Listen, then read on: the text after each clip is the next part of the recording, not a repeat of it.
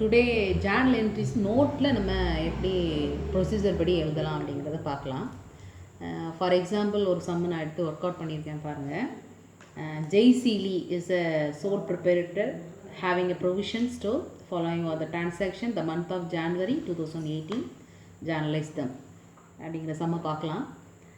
First transaction commenced business with cash அப்படிங்கிறதுக்கு அதுக்கு entry நம்ம எப்படி போடணும், ஃபார்மேட் எப்படி ஓப்பன் பண்ணணும்னு பாருங்கள். ஃபஸ்ட்டு டேட் காலம் and then particulars ledger folio and debit credit கண்டிப்பாக கம்பல்சரி ருபீஸ் போடணும். அந்த ஹெட்டிங் வந்து நேம் கொடுத்துருக்கிறதுனால இந்த புக்ஸ் ஆஃப் ஜெய்சீலி ஜேர்னல் என்ட்ரிஸ்னு ஹெட்டிங் போட்டுக்கோங்க. ஸோ இங்கே வந்து இயர் மந்த்து அதுக்கப்புறம் அவங்க கொடுத்துருக்கக்கூடிய அந்த டிரான்சாக்ஷன்ஸ் என்ட்ரி 1 2 3 இந்த டேட் வைஸ் கொடுத்துருப்பாங்க இல்லையா, அதான் இந்த காலத்தில் நீங்கள் எழுதிக்கலாம். ஓகேங்களா.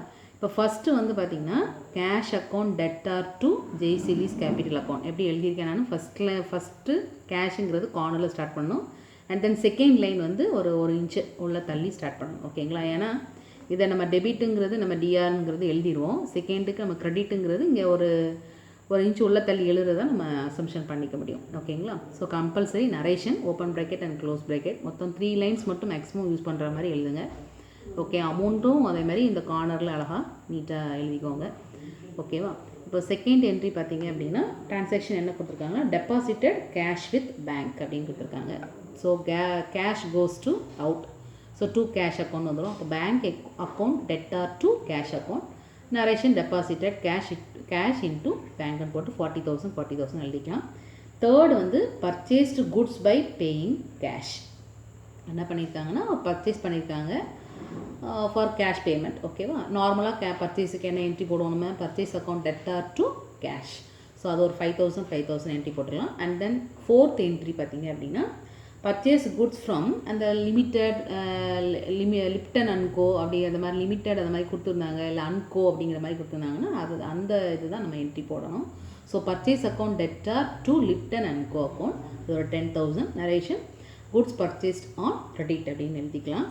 அண்ட் தென் ஃபிஃப்த்து டிரான்சாக்ஷன்ஸ் என்ன கொடுத்துருக்காங்க அப்படின்னா sold goods to Joy and received cash ஒரு 11,000 கொடுத்துருக்காங்க. ஸோ அதுக்கு சேல்ஸுங்கும் போது நம்ம என்ட்ரி என்ன பண்ணுவோம் அப்படின்னா பர்ச்சேஸுக்கு என்ன என்ட்ரி போடுறோமோ அதுக்கு அப்படியே ஆப்போசிட் என்ட்ரி. ஓகேங்களா. So cash account debtor to sales. ஓகேவா. And then next one salaries. ஓகேவா. பெய்ட் சேல்ரி பை கேஷ் அது ஒரு 5,000. ஸோ நான் பேமெண்ட் ஒரு சார்ஜஸ் எக்ஸ்பென்சஸ் ஐட்டம்ஸ் எல்லாமே சொல்லியிருக்கேன் டு கேஷ் தான். ஸோ பர்டிகுலராக என்ன எக்ஸ்பென்சஸ் பண்ணியிருக்கோமோ அந்த டெபிட் வச்சுக்கலாம். இப்போ சேலரி இங்கே கொடுத்துருக்கனால salaries account debtor to cash. And then next one paid Lipton and co by cheque for the purchase made on 4th January கொடுத்துருக்காங்க. அப்போது நீங்கள் ப்ரீவியஸ் என்ட்ரி பார்க்கணும். லிப்டன் அண்ட் கோ ஆல்ரெடி இருக்குதா அப்படின்னு பார்த்துக்கோங்க. ஸோ அதை பார்த்துட்டு அதுக்கு நம்ம வந்து இப்போ இங்கே கிரெடிட்டில் தான் நம்ம வந்து என்ன பண்ணியிருக்கோம்னா பர்ச்சேஸ் பண்ணியிருக்கோம்.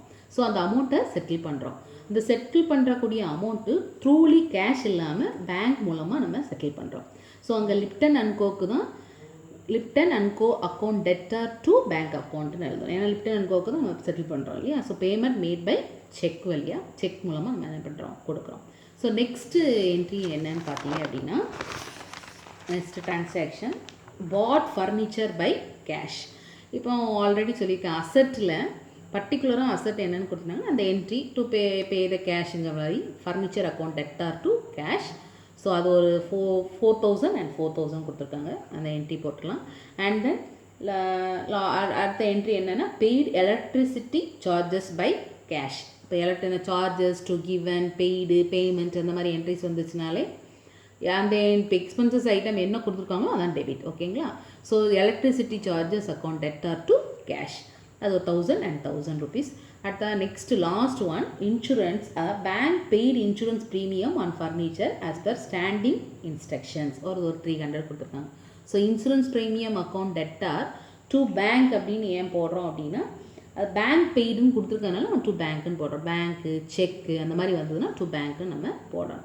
ஓகேங்களா. So insurance premium account debtor to bank narration already நம்ம ஸ்டேட்மெண்ட்டில் என்ன கொடுத்துருக்காங்களோ அதை எழுதிக்கலாம்.